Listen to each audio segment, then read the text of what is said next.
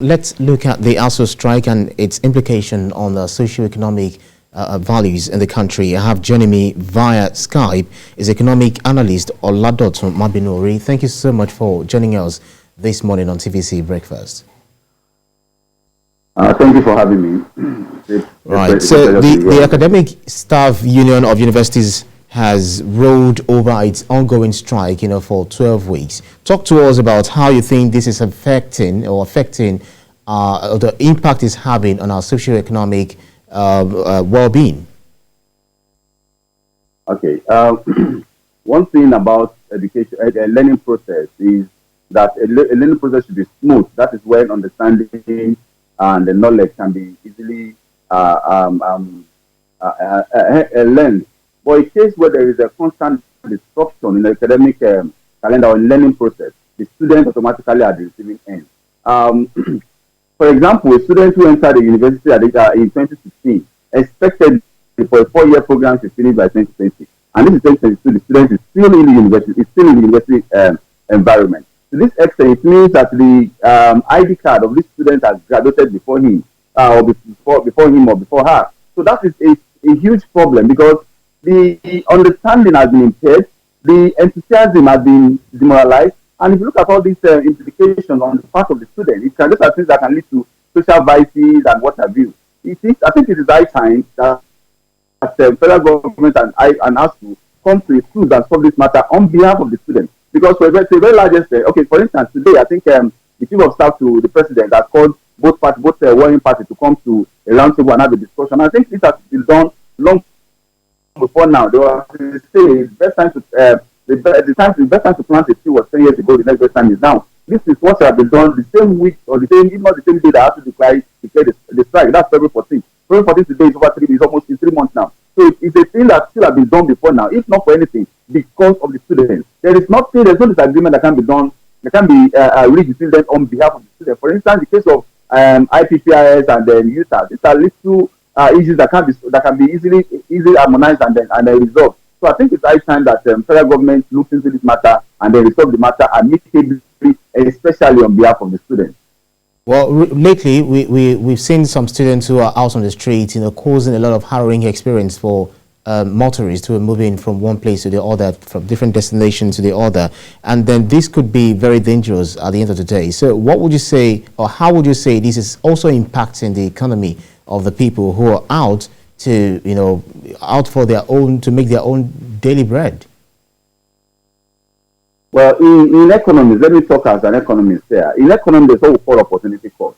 Opportunity cost is the foregone alternative, and there's also what they call the spillover effect of an action.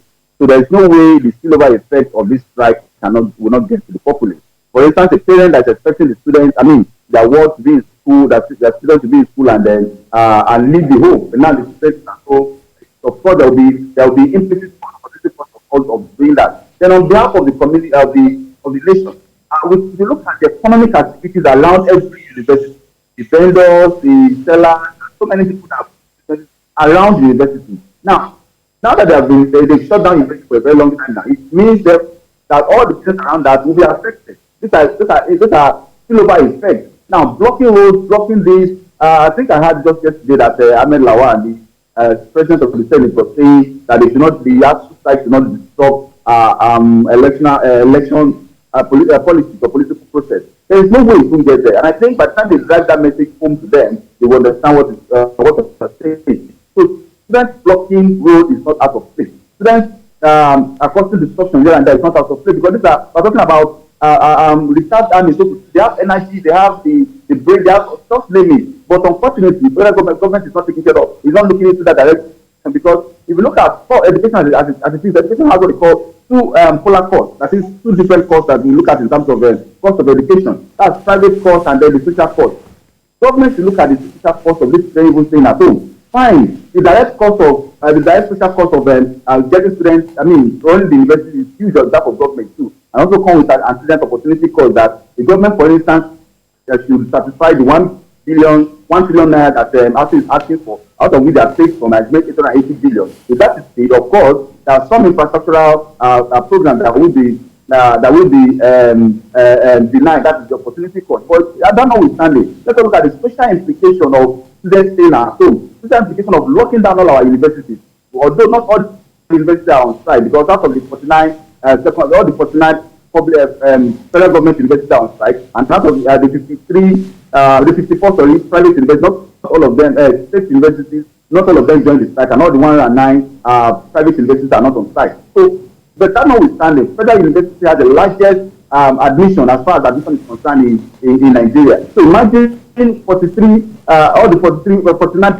federal government universities are at home. You know the number of hundreds of students, if not millions of them that are at home right now. So the special implication of this what government should look at, and again try as much as possible, just if not for anybody, but because of the students, try as much as possible to solve this matter as a matter of urgency. It is seen as a national issue that should be addressed as a matter of urgency. Just yesterday, the Academic Staff Union of Polytechnics also said that it will commence a 2-week strike from May the 16th, 2022.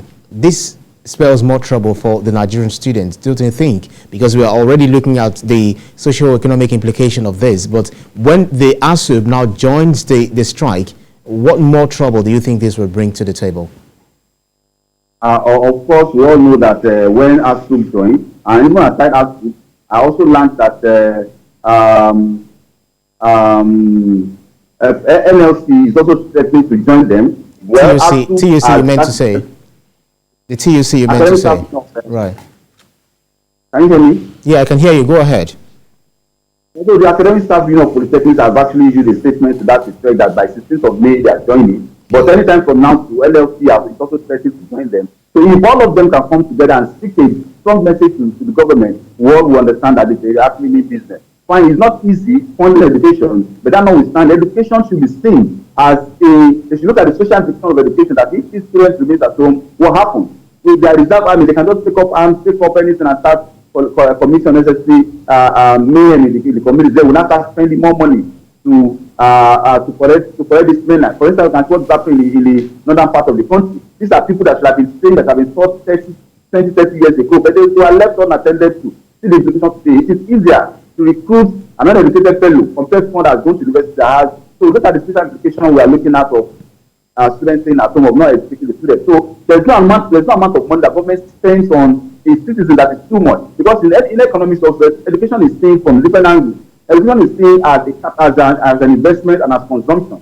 As consumption means you are still just as educated because your right to be educated. As an investment means that it's a project. It is an investment that will have what they call return on investment. At the end of the day, you will come up and then invest, and give back to society. That's why you see some parents, after sending your first child to the university, will say, you are now a graduate, please take care of your younger ones.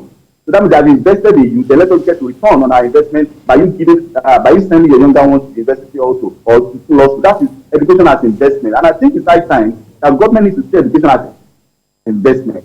That's why you go to environment that is the well-developed nations, you will see them giving students loans to go to university. And the effect of giving them student loan is because when you are done, you will come back and then pay back at a particular interest, which is a return to the society. And at the same time, you contribute positively to the society. So I think it's high time our government start looking at education from that angle too, not just as consumption that okay, just go to school for the sake of going to school. Let us see it as an investment. Because when a case where we have about adult literacy of about 60%, these are 40 million Nigerians are still illiterate, and that's a huge and alarming rate. Well, over 10 million, about 13 million Nigerians, school age students, still walking around the streets, not going to school. This has spillover effect, and if you don't correct all these things, it will lead to the implication can only be imagined at the end of the day, because in the next 10 years, 20 years, if 30 million students are roaming among the streets, we join anything they want to join because life is almost millions to them. And those that are already in university, Asuu now trying to join them also. Then we can look at it, we can imagine the number of students that will be at home doing nothing.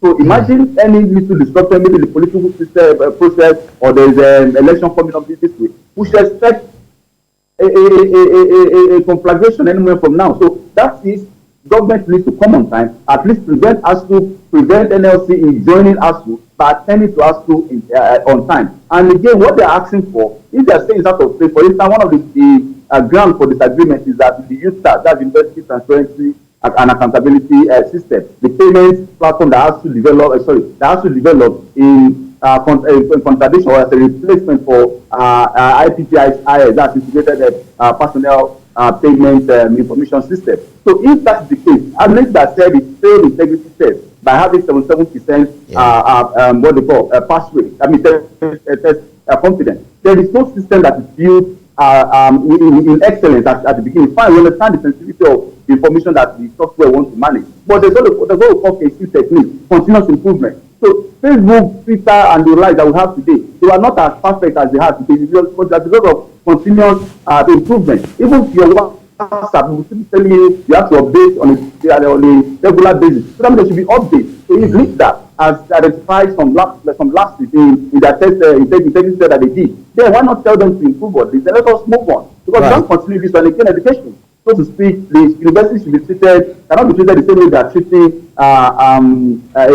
another ministry. For instance, as a professor of a university, imagine a professor being less than $1,000. The average salary of a professor in Nigeria university is about $416,000. That's less than $1,000. Yeah. Whereas the counterpart in a foreign university is earning over about $12,000 a month. So that is a serious disequilibrium. And before you know, there's what they call a brain drain. And Nigerian professors, Nigerian lecturers, Nigerian academics are superb. They are second to none almost in the world. Go to America and see the contribution of Nigerians in the education system. Or go to any country, you see professors from Nigeria doing fantastically well. So then back home, they're not being treated as touts. Look at the average salary of a House of Rep member. That some of them cannot even express themselves just speak good English for 5 minutes without blowing some what have you. I don't mean to pass this on any of them. Right. Where professors are taught them are dead languishing in almost in poverty, having long demands with poverty.